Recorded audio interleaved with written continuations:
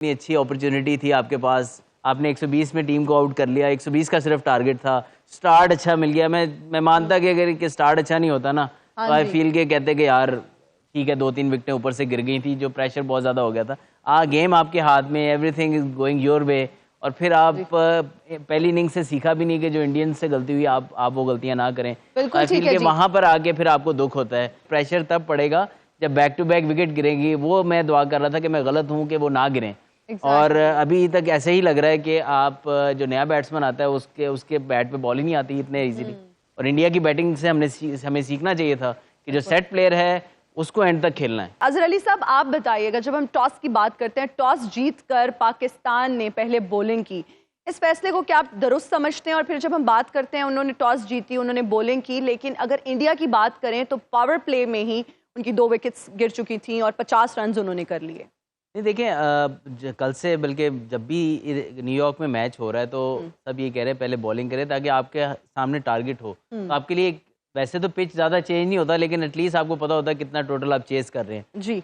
लेकिन जिस तरह का इंडिया का पावर प्ले गया उतना एडवांटेज टॉस जीतने का पाकिस्तान को उस टाइम पे नहीं हुआ कि विकेट्स तो 2 मिली, बहुत बड़ी विकेट्स मिली, लेकिन 50 रन हो गए। हाँ, विराट कोहली और रोहित शर्मा की बहुत इंपॉर्टेंट विकेट है ना, टॉप प्लेयर्स हैं, उनके मोस्ट एक्सपीरियंस प्लेयर्स हैं और बड़े मैच के टॉप परफॉर्मर हैं। वो दोनों विकेटें मिलने से पाकिस्तान को एडवांटेज जरूर हुआ, लेकिन रन्स जो हैं वो थोड़े लकी भी रहे इंडियन बैटर्स। कई टाइम पे हमारे बॉलर्स ने थोड़ा सा जिस वेवर्ड बॉलिंग भी की, जिसकी वजह से वो उस प्रेशर से निकलने में कामयाब हो गए। और एक स्टेज पे आई थिंक 10th ओवर तक उनकी जो स्कोरिंग रन रेट भी था, विकेट्स भी इन हैंड थी। जो तीसरी विकेट है वो 83 पे 3 आउट थे उनके 10 ओवर के पास। तो 11वां ओवर से 15वें ओवर पे जाके जो है ना, आपके तासुरात अगर मैं बता दूं ना कि उस वक्त क्या थे और आप हाँ बता दें फिर मैं भी बताऊंगा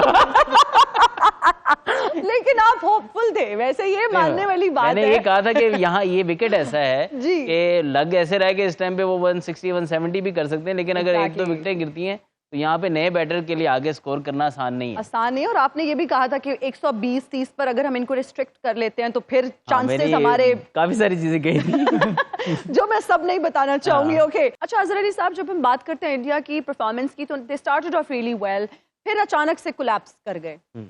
क्या समझते हैं? देखिए इसमें कुछ क्वालिटी बॉलिंग भी थी पाकिस्तान की, लेकिन जिस तरह इजहार ने बात की ना कि आप एक अच्छी सिचुएशन में थे, थोड़ा सा जिसको कंप्लेसेंट कहते हैं ना, हो जाता है कि यार अब हमारे हाथ में है game. I think Rishabh Pant काफ़ी लकी भी खेले, लेकिन वो बड़े सेट हो गए थे, बड़े कमांडिंग इनिंग टाइम पे खेल रहे थे। आई थिंक उनका जो शॉट था ना, वो क्योंकि जो प्लेयर सेट खेल रहा होता है उसका फिर काम होता है इस तरह के पिच पे कि वो थ्रू आउट इनिंग को लेके चले। अगर वो खड़े रहते तो आराम से 150 के आसपास स्कोर हो जाना था, क्योंकि उनके अराउंड फिर बाकी प्लेयर जब तक सेट ना, जैसे पांड्या जब आई हैं तो वो हिट मार के आउट हो गए। तो आई थिंक जब वो सेट उनके सेट होने तक अगर वो वेट करते तो आई थिंक इंडिया के लिए बेहतर होता है। लेकिन for Pakistan it was a good thing कि हमें बैक टू बैक विकेट्स मिले। और 2 नए बैट्समैन जब इस पिच पे आ जाते हैं तो दोनों को आइडिया नहीं होता कि पिच किस तरह बैट पे आ रहा है, कौन से एरियाज में स्कोर करना है। तो आई थिंक 2-3 डिसमिसल, जिसमें दुबे का जो डिसमिसल है नसीम शाह के ऊपर, या जडेजा का जो डिसमिसल है वो चेक शॉट खेलते हुए आउट हो गए। वो इसी तरह समझ रहे थे बॉल काफ़ी अच्छा आ रहा है, लेकिन बॉल थोड़ा फंस के आया दोनों का, और वो through the line on the up खेलने। इस पिच पे आप ऑन दी अप नहीं खेल सकते, क्योंकि अनलेस के बॉल या फुल हो या 2 शॉट हो, उसी पे रन्स बनते हैं। जो अच्छे एरिया में गिरा हुआ बॉल होता है, जो स्टिकर पे आगे लगता है, उस पर आप पुश नहीं मार सकते इस पिच पे, क्योंकि वो आके हमेशा इन दी एयर जाएगा और फील्डर्स के पास चांस होता है कैच पकड़ने का। बिल्कुल। अच्छा, आज हमारी फील्डिंग भी मुझे लगा बेहतर थी पहले से। शायद जो है ना, हमारे प्लेयर्स का आज वो जज्बा जो था ना, वो जागा हुआ था, बिकॉज इतने क्रिटिसिज्म के बाद। और फिर बाबर आजम की हम प्रेस कॉन्फ्रेंस सुन रहे थे जब उन्होंने नसीम के हवाले से कहा कि वो आउट ऑफ फॉर्म है, लेकिन फॉर्म में आते थोड़ा टाइम भी लगता है। आज हमने देखा कि वो फॉर्म में हमें नजर आए and he performed really well. देखिए अब पहला ओवर अगर देखें, नसीम ने आउट तो किया कोहली को, बहुत बड़ी विकेट थी, लेकिन वो बॉल भी मतलब कि विकेट लेने वाला बॉल नहीं था। फिर उसके बाद पूरा ओवर एक आधे बॉल के अलावा थोड़ा सा ऑफलाइन ही था। लेकिन बाद में जो 3 ओवर उन्होंने कराए हैं वो बिल्कुल लाइन लेंथ पे बहुत ज़बरदस्त बॉलिंग की है उन्होंने। और आई फील कि Naseem Shah is always matter of time कि वो फॉर्म में वापस आए।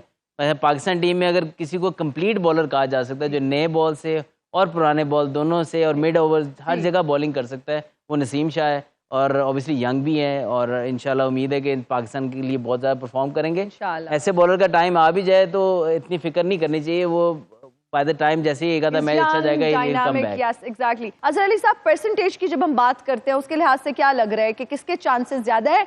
जो ब्रेक में कह रहे थे ना वही अभी आपने बोलना है। नहीं, वो मैंने उल्टा कर दिया था, लेकिन आई थिंक 60% पाकिस्तान, 40% इंडिया। हमें भी वैसे यही लग रहा है। हाँ, क्योंकि अभी इस पिच का आप कह कुछ नहीं सकते, हो सकता है पाकिस्तान बड़ा कंफर्टेबली चेस कर जाए, लेकिन आई फील कि कहीं ना कहीं मुश्किलात पेश आ सकती हैं बिकॉज ऑफ द सरफेस। और अगेन वही है कि जब बैट्समैन सेट खेल रहा होता है, शायद बॉल थोड़ा सा हार्ड होता है तो कहीं ना कहीं बैट पे आ जाता है, लेकिन जैसे जैसे बॉल थोड़ा सा मतलब स्पिन जो कटर्स जब करने लग जाते हैं बॉलर या क्रॉस द सीम बॉल करते हैं, तो समटाइम जब सीम लगता है बॉल तो वो ग्रिप कर जाता है पिच में, और जब जो सीम वाला हिस्सा नहीं है, लेदर लगता है, तो वो स्किड करता है। तो आई थिंक के कहीं ना कहीं आके ये मैच फंस भी सकता है, लेकिन हाँ, आई होप कि मैं गलत हूँ और जो मेरी सारी क्रिकेटिंग सेंस है ना वो खराब हो और ये हम पाकिस्तान मैच आराम से जीत जाए। बस आप अच्छा बोले ना, कोई भी वक्त जो होता है वो दुआ कबूल होने का होता है, कबूलियत का मेरी दुआ अल्लाह भाई, मैं कह रहा हूँ अल्लाह करे मैं मेरी क्रिकेटिंग एक्सपर्टीज साइड बहुत सच होती है ना, इसलिए भी हम कह रहे हैं नहीं पाकिस्तान जीतेगा इंशाल्लाह पाकिस्तान जीतेगा इंशाल्लाह। पाकिस्तानी टीम की अगर परफॉर्मेंस की बात करें, नॉट बैड, लेकिन 5 आउट हो गए हैं।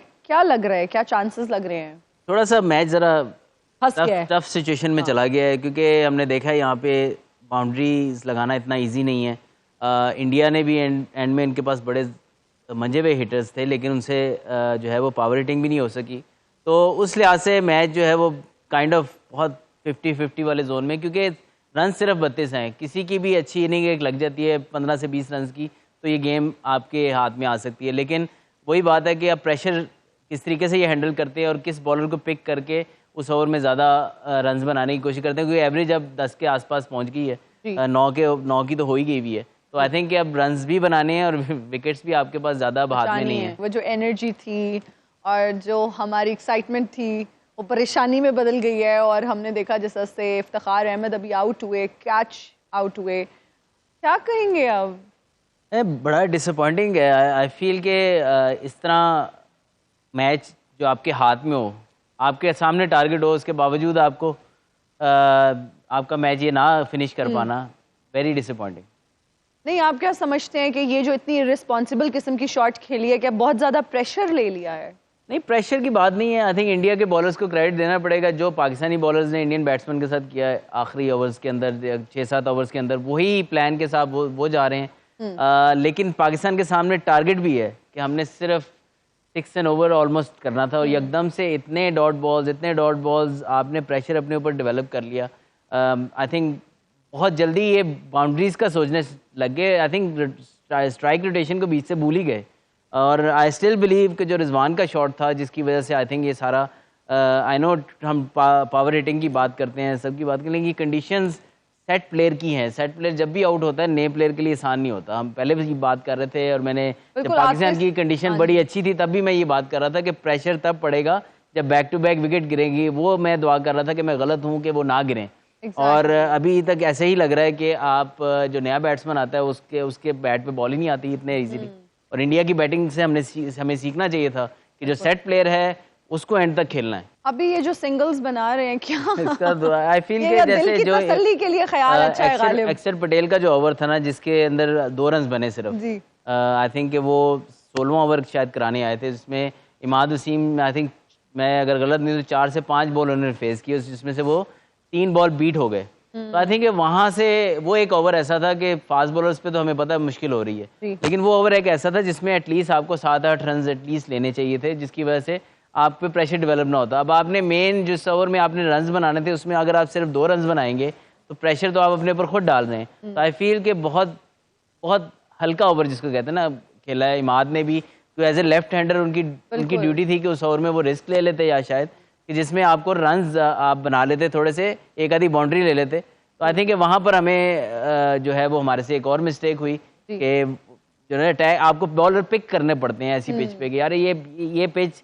इनका नहीं है, इसके अगेंस्ट हमने रन्स बनाने हैं। आई थिंक वो वहाँ पे रह गए, आई थिंक कमी रह गई हमारी बैटिंग। अच्छा, नसीम ने अभी ये बॉल खेला है और हम देख रहे हैं कि 4 रन्स हमने ले लिए हैं, लेकिन 2 बॉल्स पे 12 रन्स चाहिए, अगर छक्के लग जाए ना, हाँ हाँ हाँ, क्या तो हिस्टोरिक नसीम मोमेंट शाह जो है ना वो छा जाएंगे। छा जाएंगे। वैसे तो हमारे हीरो हैं और हम उनकी बहुत रिस्पेक्ट करते हैं और हमें अपने सारे प्लेयर से बहुत ज़्यादा प्यार है, लेकिन नसीम शाह अगर आज आप ये 2 बॉल्स जो हैं इसको अच्छा खेल जाते हैं तो ट्रस्ट मी पाकिस्तान के लिए एक